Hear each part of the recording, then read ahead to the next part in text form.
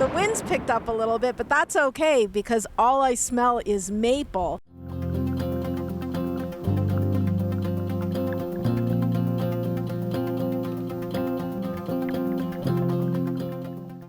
Rolling Ridge started in 1988, and we had made syrup since we were kids in the 1960s. But in the late 80s, farm commodity prices were terrible, high interest rates, and we needed something to do in the winter to generate some income. So we took over this operation here, and there's been syrup made on this location since 1940, continuously.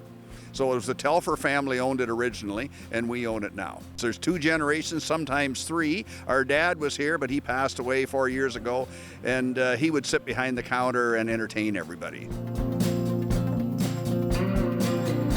So when we started this year, we started about the 1st of March, and we were waist deep in snow on snowshoes, and we got the trees tapped. It had just started to warm up. We had a really cold January and early February. We have around 20,000 taps. We should make about 20,000 liters of syrup, and we're about 80% of a normal crop right now. The tubing is so much better, but it's under vacuum. So the sap is actually being sucked out of the tree. You still have to have a cold night and a warm day, which creates pressure in the tree from freezing and thawing to get the sap to run. But it will slowly drip. The vacuum pulls it down the lines, goes to a receiving jar, which fills and then dumps it into a tank, and then we collect it from there.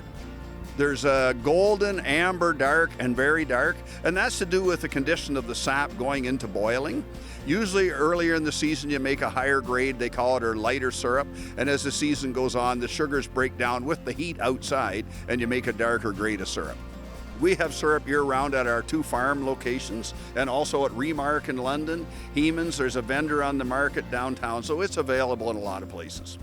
We sell maple butter, maple sugar, and maple candy floss. And I saw a new collaboration this year with a whiskey barrel. Yes, with Heman's. They're one of our retail partners, and they're working on a maple whiskey. I haven't tried it yet, but it sounds good. I don't know why I didn't think of it.